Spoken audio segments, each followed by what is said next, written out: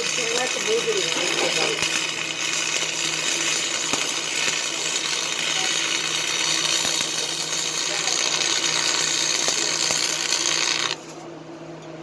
What's that?